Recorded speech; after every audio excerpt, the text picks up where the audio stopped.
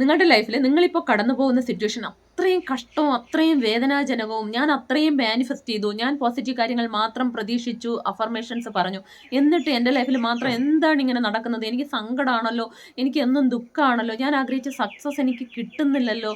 അതുമാത്രമല്ല, ചില വ്യക്തികൾ, നിങ്ങൾ അത്രയും സ്നേഹിച്ച വ്യക്തികൾ നിങ്ങളെ വിട്ടിട്ട് പോയി, അത്രയും നിങ്ങളൊരു സ്റ്റക്ക് സിറ്റുവേഷൻ ഇനി ജീവിക്കുന്നതിൽ അർത്ഥമില്ല നിങ്ങൾ വിചാരിച്ചു കൊണ്ടിരിക്കുകയാണെങ്കിൽ, എന്നാൽ ഒരു സത്യം നിങ്ങൾ മനസ്സിലാക്കേണ്ടതുണ്ട്. ഇവിടെ നിങ്ങൾക്ക് വേണ്ടി ഈ പ്രപഞ്ചം ചെയ്യുന്നത് നിങ്ങളെ ദ്രോഹിക്കാനല്ല. പ്രപഞ്ചം ഒരിക്കലും ആരെയും ദ്രോഹിക്കില്ല. നിങ്ങളെ പ്രൊട്ടക്റ്റ് ചെയ്യുകയാണ് ചെയ്യുന്നത്.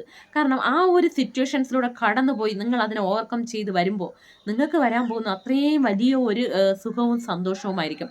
നിങ്ങൾ വിചാരിക്കുക, ഞാൻ അത്രയും സ്നേഹിച്ച വ്യക്തി വിട്ടിട്ട് പോയല്ലോ എന്ന്. പക്ഷേ ആ വ്യക്തി നിങ്ങൾക്ക് ഒട്ടും മാച്ച് ആയിരിക്കില്ല. ആ വ്യക്തിയോടൊപ്പമുള്ള നിങ്ങളുടെ ജീവിതം അത്രയും ഒരു നരകതുല്യമായിരിക്കുമെന്ന് ഈ പ്രപഞ്ചത്തിന് അറിയാം.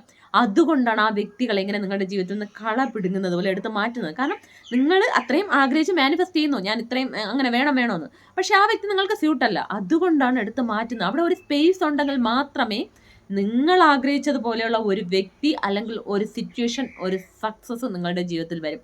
അത് നിങ്ങൾ ഇപ്പോൾ എന്തെങ്കിലും ഒരു രോഗങ്ങളിലൂടെ കടന്നു പോകുന്നുണ്ടെങ്കിൽ പോലും ആ രോഗം വരുന്നത് വലിയ ഏതോ ഒരു രോഗത്തിൽ നിന്നോ വലിയ ഒരു കുഴിയിൽ നിന്ന് നിങ്ങളുടെ ജീവന് പോലും അപകടമാക്കുന്ന ഒരു കാര്യത്തിൽ നിന്ന് നിങ്ങളെ പുറത്തെടുക്കാൻ വേണ്ടിയാണ് ഇപ്പോൾ ഈ രോഗം കൊണ്ടുവന്ന് നിങ്ങൾ അതിൽ നിന്ന് പ്രൊട്ടക്റ്റ് ചെയ്യുകയാണ് ചെയ്യുന്നത്. മൊത്തത്തിൽ നിങ്ങളുടെ ലൈഫിൽ എന്ത് നടന്നാലും അത് നല്ലതിന് മാത്രമാണ്.